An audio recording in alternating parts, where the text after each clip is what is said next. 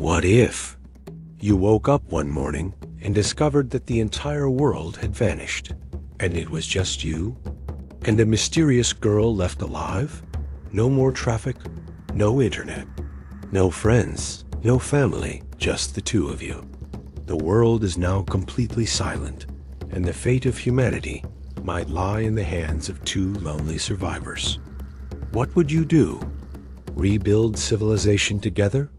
Or fall into a spiral of loneliness and despair?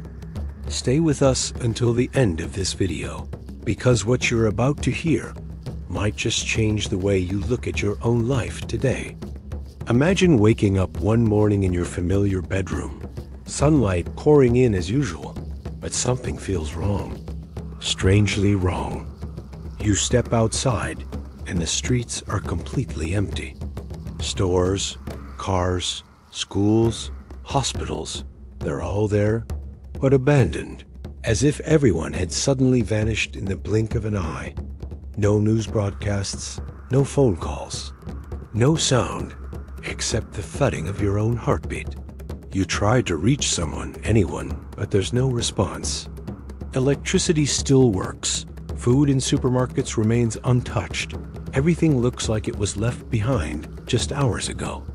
Then, after days of searching, wandering aimlessly through the silence, you meet someone, a girl, just as alone, just as terrified as you are. She has no idea what's going on either. She hasn't heard from anyone, and every clue points to one shocking conclusion.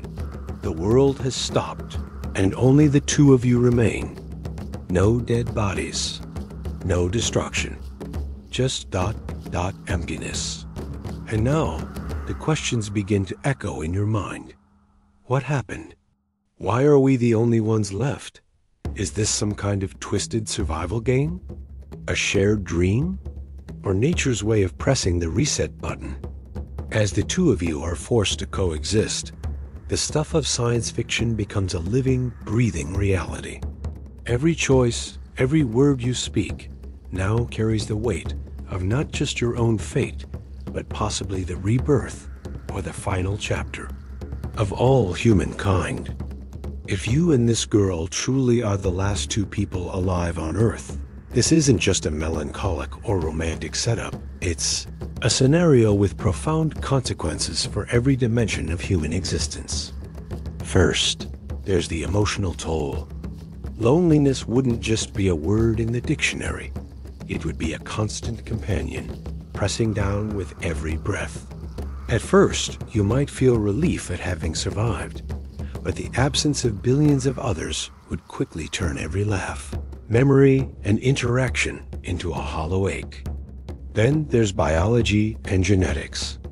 With only two people, rebuilding humanity becomes nearly impossible due to the lack of genetic diversity. The risks of inbreeding and hereditary disorders would skyrocket with each generation. While science suggests this could be managed over time, the reality is that no civilization can truly be re-established with just two individuals. From a psychological standpoint, living in a world without common goals, community, or structure could trigger a deep identity crisis and potentially deteriorate mental health. But on the other hand, there are glimmers of opportunity. A new world could begin, one without war, greed, oppression, or borders. Every decision you make would be free from judgment or social pressure. Earth becomes a blank canvas, where the definitions of morality, love, responsibility, and meaning are rewritten from scratch. Yet the absence of society also means no healthcare, no formal education, no preserved art, religion, or language. All of it will vanish unless you and she actively remember, record, and preserve it.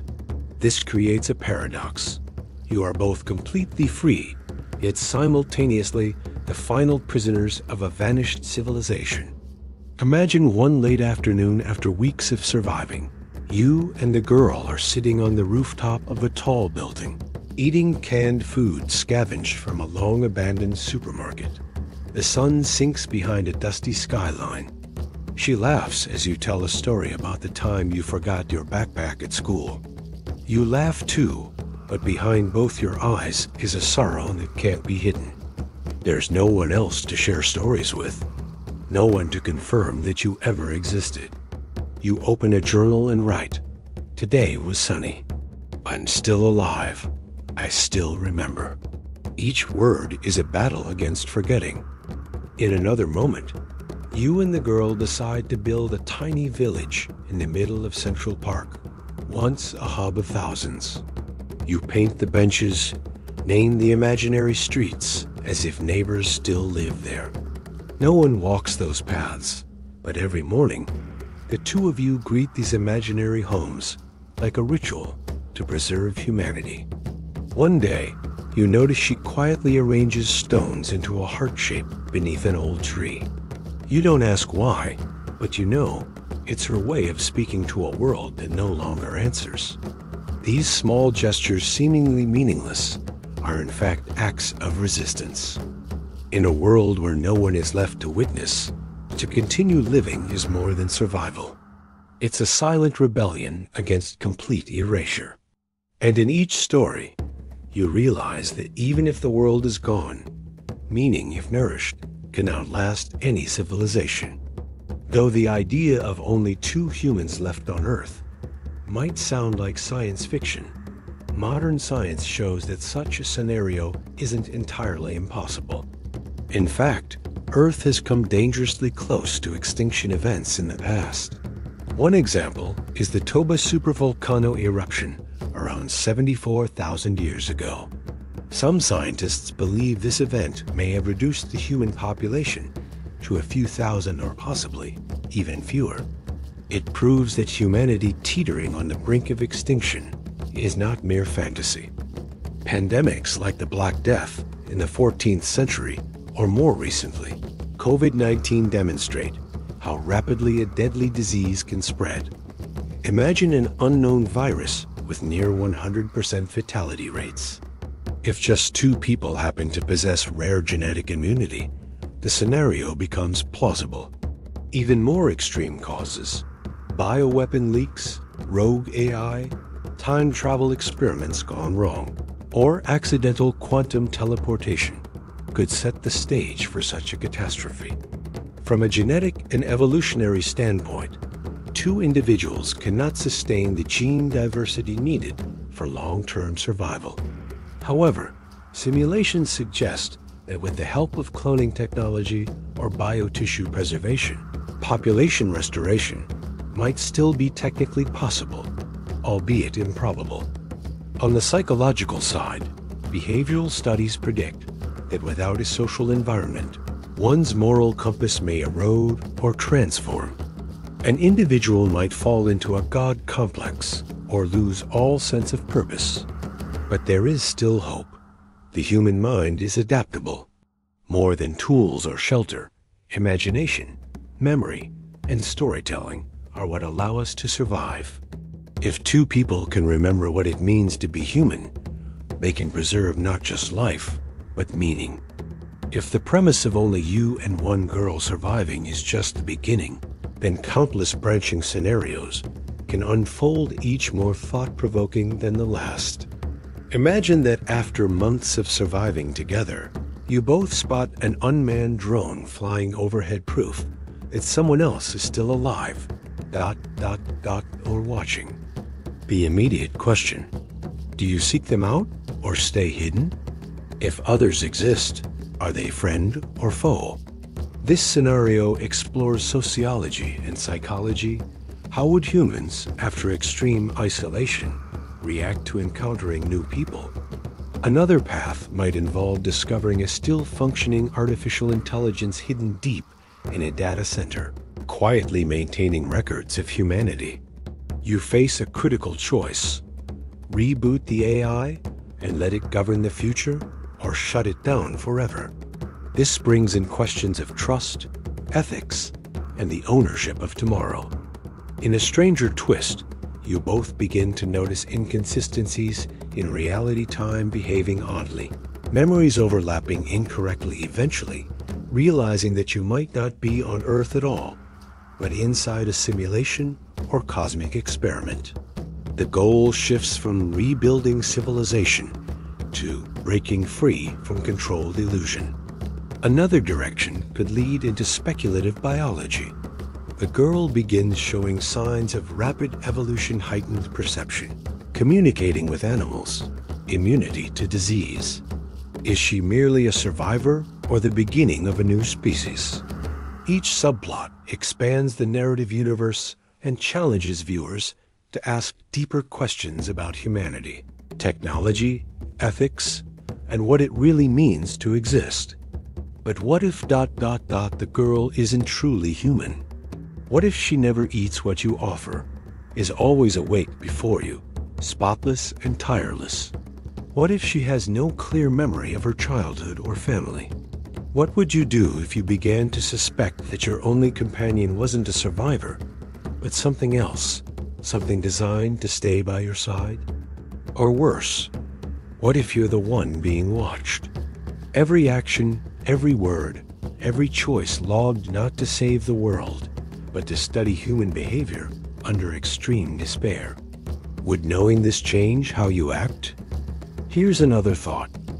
What if you found a thick book in an abandoned library, chronicling your entire life? Everything that's happened, and everything that hasn't? Would you read it? And if the final page said you would betray her out of fear ... would you believe it? Would you fight fate or fall into it? Or suppose one night you hear a sound not from nature, but a voice repeating, approaching stage 3. You don't understand, but she does. And suddenly, she changes. Her thoughts grow distant, her eyes wary, and she starts avoiding your questions. Would you keep trusting her, or walk away from the only person left on Earth? These twists and moral puzzles don't just add suspense. They pull the audience into the gray zone of decision-making, where there is no absolute right or wrong, only instinct and will. And that's when the real question echoes. If you were the last person capable of deciding humanity's fate, what would you choose? In a world where everyone has vanished, and only you and one other person remain, everything ordinary becomes extraordinary. Every small act takes on great meaning. We often think the value of life lies in possessions, achievements, or fame.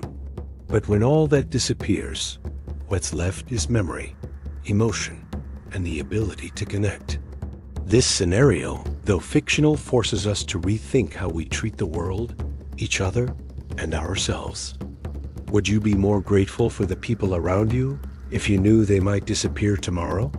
Would you say, "I'm sorry," or "thank you" more often if you realized how precious each moment is? In the darkness of isolation, what defines us isn't knowledge, strength, or wealth, but compassion, imagination, and the desire to be seen and understood. You might be the last person, but you can still be a good person.